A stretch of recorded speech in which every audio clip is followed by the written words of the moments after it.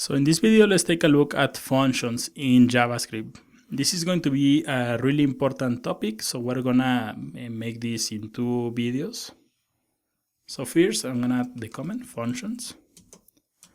And then I'm going to explain a function, how you can create your own functions. So for example, there are several ways to create a function. The first one is called function declaration. So you add the keyword function like this. This is a keyword that exists on JavaScript, and this will tell JavaScript that we want to create a new function. So we're going to add hello visitor. Then you open a parenthesis, and then you open the curly braces. Everything that is inside the curly braces is going to be the body of the function. So you can add something like this, console.log, and you can send a message, hello and welcome to our website, like that.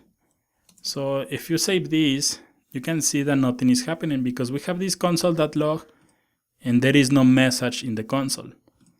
Well, when you create your own functions like this, you have to call the function. So we're going to add a function must be called. And you call the function just by adding this.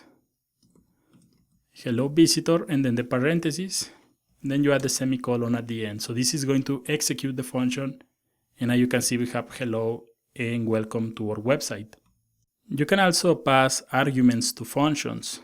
This will make your functions more smart, and an argument is going to be a value from the outside of the function that is going to be added inside the function.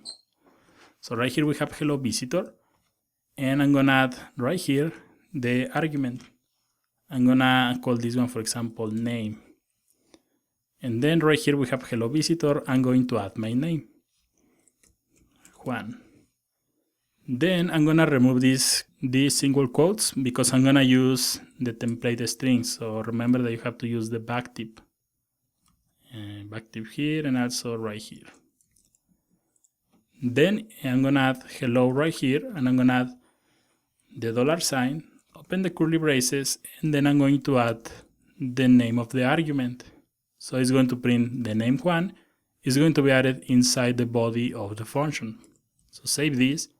Now you can see we have hello Juan and welcome to our website. So you can pass all the arguments that you need.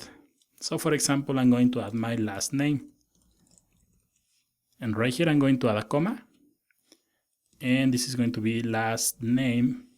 This one is going to be the first name. So we add first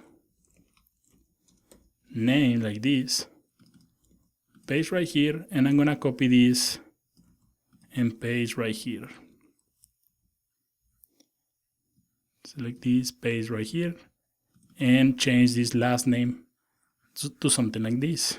So we can save this, and now you can see we have hello Juan de la Torre and welcome to our website. So you can see that here we are passing two different arguments into the function. So let's say that we remove one of these.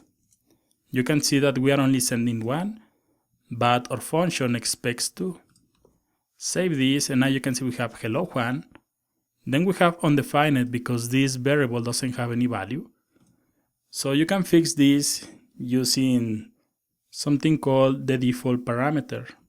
And they are like this. So for example, here on the first name, I'm going to add equals.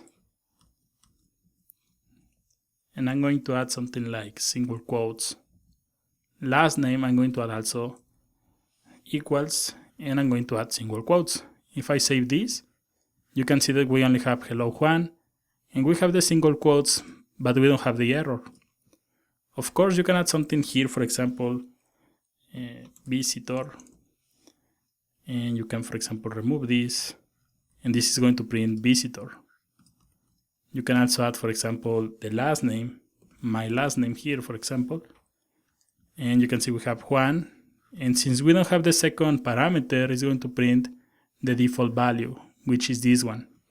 And this is the new way to create default parameters, because if we remove these, let's remove everything. In the earliest version of JavaScript, the code should be something like this. If type of first name is equals to undefined. Then we're going to add first name equals to Juan, something like that.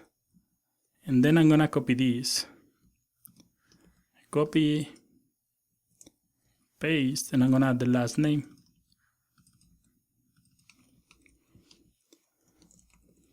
So this was the previous way of adding the default parameters, but you don't have to use this. The new way is much cleaner, and is the code looks more organized. You can see it's going to be like this. So let's create another function. We're going to add something like function addition, and this one is going to take two parameters. So it's going to be number 1 and number 2. Then this function is going to return number 1 plus number 2. So you can see that we have something different here because we are returning the value. There are two ways that you can create your functions. You can create a function like this one that is going to print the value in the body of the function, or you can create a function that is going to return the value like this one. And normally you will create a function that returns a value when you want to make something else with that value. But I'm going to show you this working.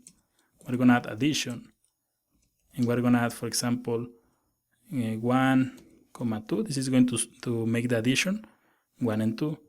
If I make something like this, you can see nothing is happening because we return the value, but normally you will return this into another variable. So we're going to add something like result, and then you will send that value to the console log result like this. And now you can see we have the number 3. So you can see we created this function and then we return the value. So we have the function here, and the value that is returned is going to be assigned to this result variable. So the idea behind the functions is that you can use this more than once. So for example, I'm going to add let result, then I'm going to add result equals, and save this. You can see we have 3, and we can call this again with different values. 10 and 15 is going to print 16, and also we can call this one again. So we're going to add 3, 4, and it's going to return 7. So basically a function is code that you can reuse more than one time, and you can see this looks more organized. So in the next video, let's review the other way of creating functions. We're gonna see of something called the function expressions. So let's continue working in the next video.